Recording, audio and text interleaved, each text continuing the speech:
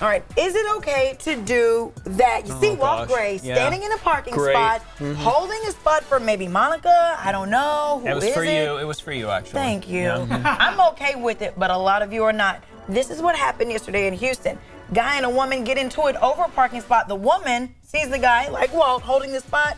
She stops traffic for 10 minutes. Guy like me, yeah. She got arrested. She got arrested, yeah. Is that okay? We're asking you to join the conversation. We're doing it every day on our Facebook page right now.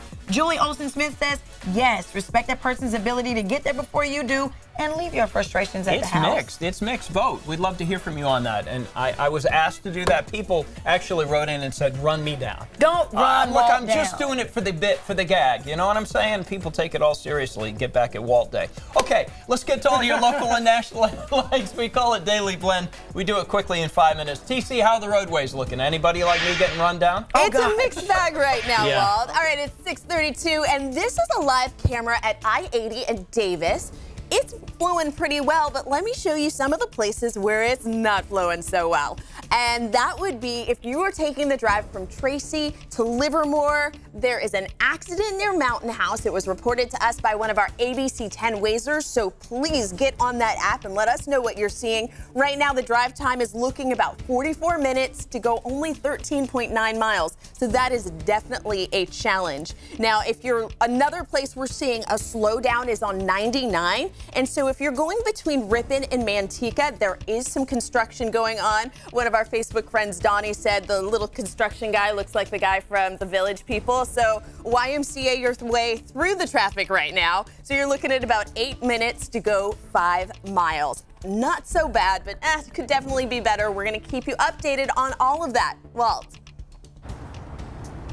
We're going to catch back up with Walt in just a second. And TC, thanks for that reference. Now I've got YMCA stuck in my head. I wasn't expecting that to happen this morning. I'll tell you what I was expecting.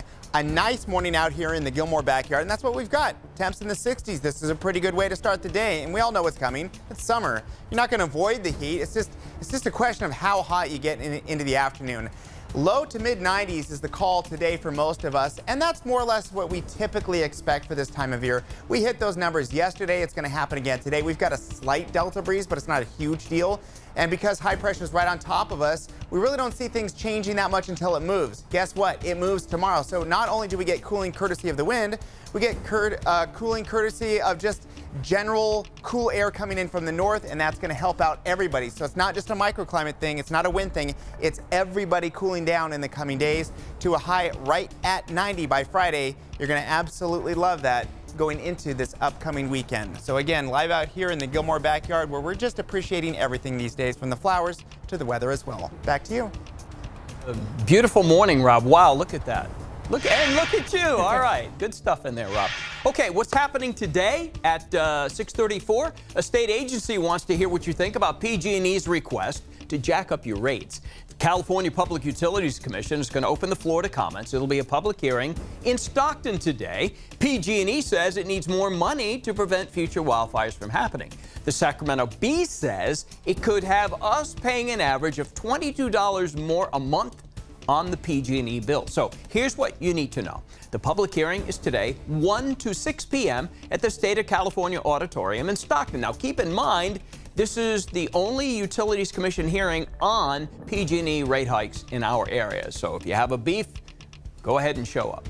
We also have a brand new 3-part investigative series, Firepower Money. Brandon Ritterman takes us all inside the complex wildfire crisis for an inside look at what's causing it and how we can stop it. And you can stream it right now on firepowermoney.com. Carlos. Good morning, Walt. I'm at the Toyota Amphitheater in Yuba County where they're preparing for the worst. They'll be having a active shooter training in just a couple of hours there. You can see the group of volunteers that are already starting to check in here this morning. We have a state, federal, and local law enforcement agencies participating today. They're already starting to get here. The training begins at around 9 a.m. The people who are volunteering to participate will be simulating a concert venue here, and there will be an active shooter situation as well. The tricky part about this is that the first responders won't know what has actually happened, and that's what makes this a little bit more tricky for them. Of course, we know this venue is very busy during the summer with concerts going on. Last half hour, we told you about 3 things you should keep in mind if you're faced with an active shooter. There's also 3 things you should keep in mind or expect to see from first responders once they arrive at an active serious situation. Nick Morozinski, thanks for joining us this morning. He's the Yuba County Undersheriff. 3 things that people should keep in mind when they see first responders. Sure. Well, number one, as you just mentioned, know that this is a very chaotic situation. The officers are going to be coming into this generally with very limited information.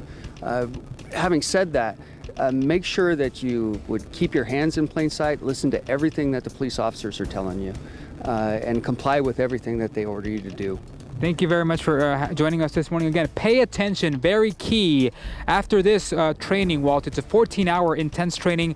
First responders will gather, they'll discuss and reassess what they did correctly and what they can improve on. I want to go back to that comment you made back at 5:30. This is a very busy concert venue during the summer, so it's very important to pay attention to what's going on here today. Yeah, it makes us all feel better, too, that there's actually training going on. So if and when we're in a situation like that, we know that the law enforcement have taken the time to be trained for these crazy situations, because it's the world we live in now, Carlos. And I'm glad you're out there doing that this morning. Again, Carlos, live in Wheatland. Okay, Kirsten. 6:37 right now. Let's get to some other stories making headlines in your Daily Blend. Hitting the campaign trail. That's what President Trump is getting ready to do this morning, just one day after the House condemned his recent controversial tweets against 4 congresswomen of color. A Texas representative introduced articles of impeachment. This means a vote may come this week on impeaching the president, or it could get lost in committee. Prison repairs. A new study says California's 12 oldest prisons need some major fixes if they're to continue holding about 1/3 of the state's inmates. One of those is the Folsom State Prison, which was built in 1880. Also on the list, San Quentin, which was built in 1852. $10,000. That's how much money you could end up having in your pocket this morning if you have info helping solve several arsons in Manteca.